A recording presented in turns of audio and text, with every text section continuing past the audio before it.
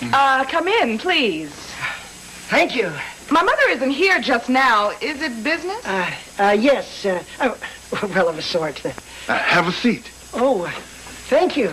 I'm Mrs. Youngest son. I look after most of business matters.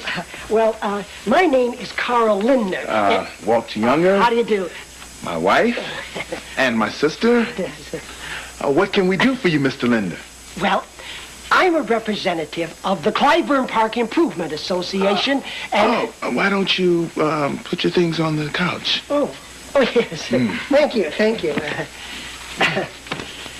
And as I was saying, I'm from the Clyburn Park Improvement Association, and we had it brought to our attention at the last meeting that you people, or at least your mother, has bought a piece of residential property at 406 Clyburn Street.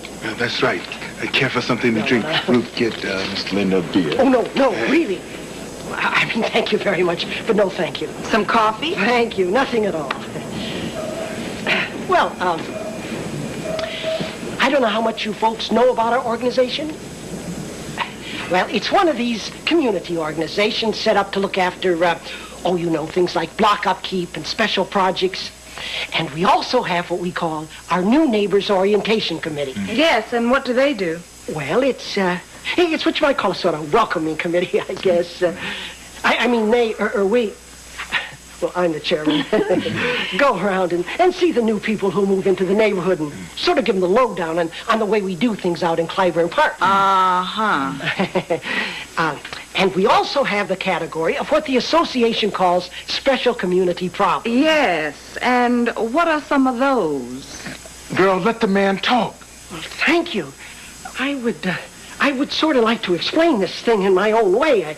I want to explain it to you in a certain way.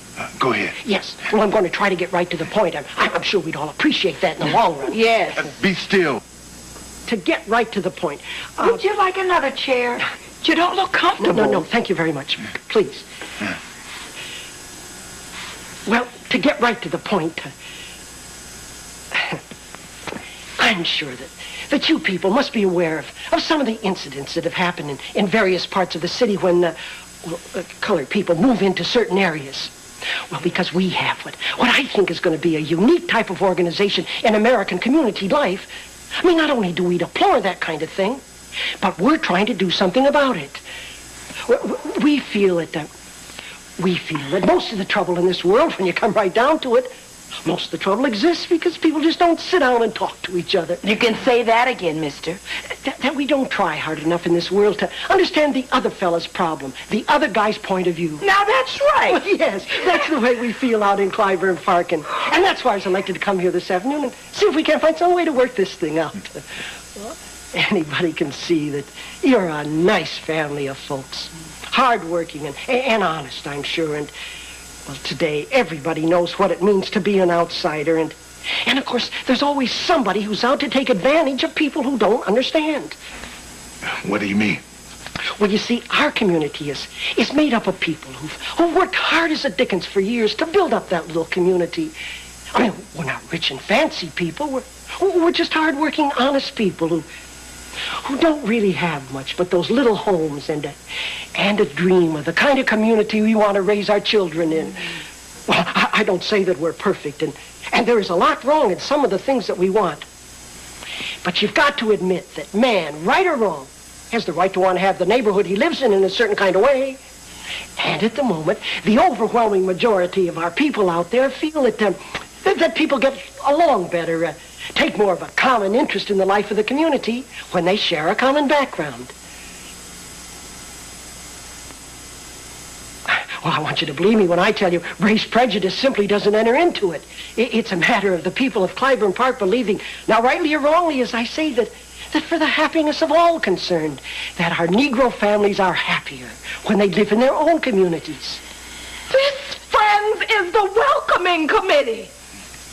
Is this what you came marching all the way over here to tell us? Now, we've been having a fine conversation. I hope you'll hear me all the way through. Go ahead, man. Well, you see, in the face of all the things I've said, we're prepared to make your family a very generous offer. 30 pieces and not a coin less.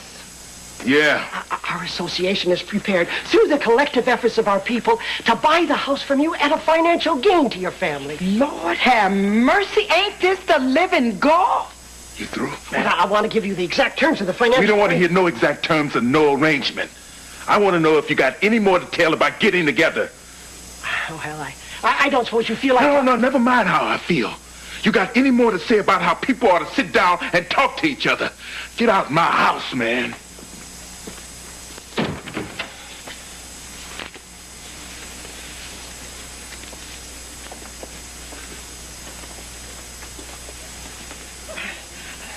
I don't understand why you people are reacting this way.